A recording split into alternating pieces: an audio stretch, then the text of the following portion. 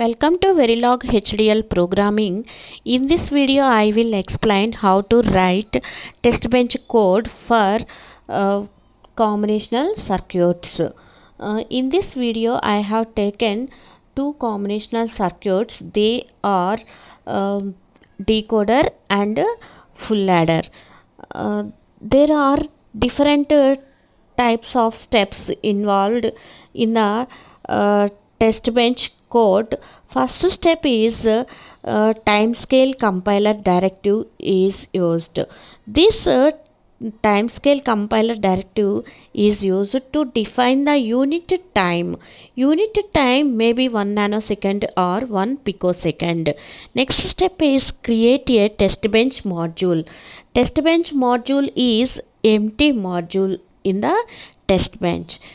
Next step is declaration of inputs and outputs. Inputs are REZ data type, outputs are wire data type. Next step is instantiation of the device under test or unit under test. Next step is initialization of inputs. Final step, last step is stimulus of the test bench. Here we can see the test bench code for fulladder. To write a test bench for fulladder, first step is timescale directive is used. Here using the timescale directive we can define the time unit. Here time unit is equal to 1 nanosecond or 1 picosecond. Next step is module creation. This module is empty module. That means within the brackets there is no inputs and output ports. Next line, declaration of inputs using REZ. In the next step, declaration of outputs using wire keyword. Next step is instantiation of the device under test or unit under test. Unit under test is the fulladder. Fulladder is the main module name. In this step, we are establishing the interconnection between input and output variables. Input and output variables of test bench and main module. In dot a of a dot b of b dot cin of cin dot sum of sum dot carry of carry. These are the input and output variables of test bench and input and output variables of main module. Next, coming to the initialization and stimulus. This initialization and stimulus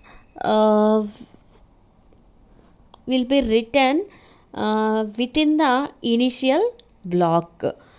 This initial block is same as the always block which is used in the behavioral modeling style. There is only one difference between initial and always is the block within the initial will be executed only one time.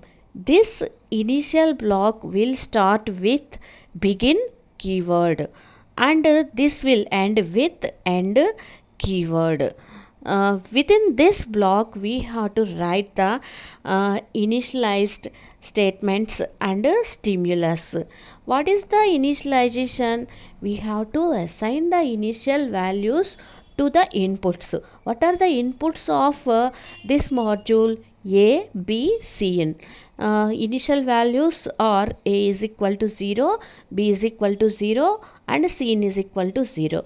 After 100 time units, we have to assign the next input value. Next input value is A is equal to 0, B is equal to 0, C is equal to 1.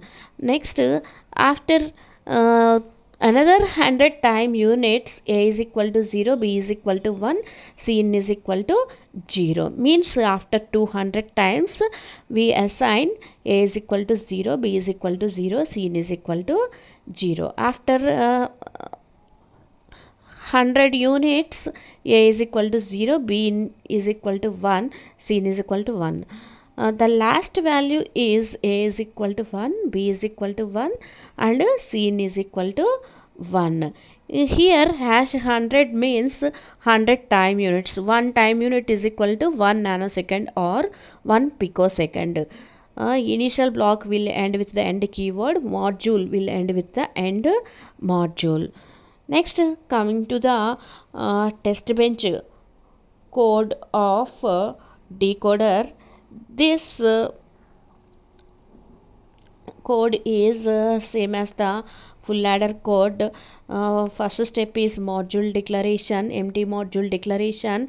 Next step is the inputs are declared using reg keyword, output inputs are declared using reg keyword, outputs are declared using wire keyword.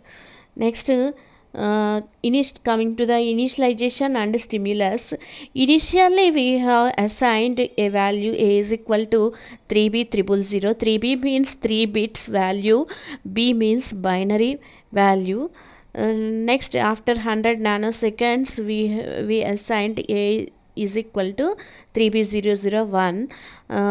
Next, after 100 nanosecond 3b010. The last value is a is equal to 3b111. Additionally, here dollar monitor statement is used.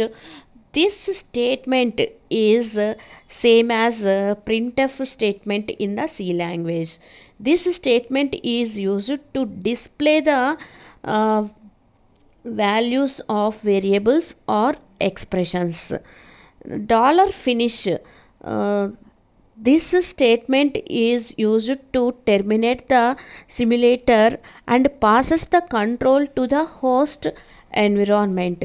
Here these two statements are optional.